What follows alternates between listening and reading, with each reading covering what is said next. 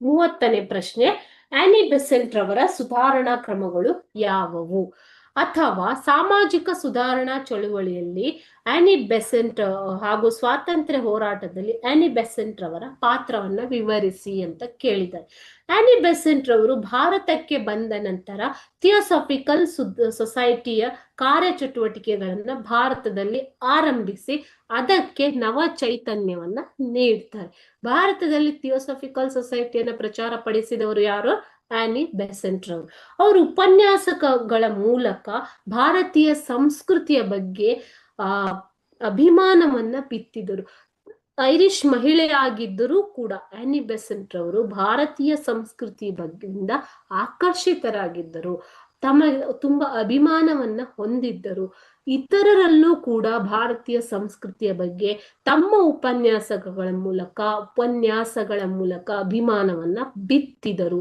ಅವರು ಸ್ವಾತಂತ್ರ್ಯ ಚಳುವಳಿಯನ್ನ ವ್ಯಾಪಕವಾಗಿ ಬೆಂಬಲಿಸ್ತಾರೆ. ಸ್ವಾತಂತ್ರ್ಯ ಚಳುವಳಿಯನ್ನು ವ್ಯಾಪಕವಾಗಿ ಬೆಂಬಲಿಸಿದರು. ಇದೇ ರೀತಿ ವೈಚಾರಿಕತೆಯನ್ನು ಹುಟ್ಟುಹಾಕುವ ಸಲುವಾಗಿ ನ್ಯೂ ಇಂಡಿಯಾ ಎಂಬ ಪತ್ರಿಕೆಯನ್ನು ಆರಂಭಿಸಿದರು. ಯಾರು? ಆನಿ ಬೆಸೆಂಟ್ ರವರು ನ್ಯೂ ಇಂಡಿಯಾ ಎಂಬ ಪತ್ರಿಕೆಯನ್ನ ಪ್ರಾರಂಭ ಮಾಡ್ತಾರೆ.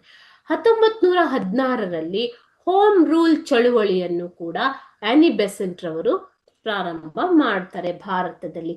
ಅದೇ ರೀತಿಯಾಗಿ 1917ರ ಕಾಂಗ್ರೆಸ್ ಅಧಿವೇಶನದ ಅಧ್ಯಕ್ಷರಾಗಿದ್ದರು. ಸಮಾಜದಲ್ಲಿ ಸಾಮರಸ್ಯತೆ ಮತ್ತು ವಿಶ್ವ ಸೋದರತೆಯನ್ನು ವೃದ್ಧಿಸುವುದು, ಸಮಾನತೆಯನ್ನ ಸಾಧಿಸಲು ಅವರು ಪ್ರಯತ್ನ ಪಟ್ಟರು.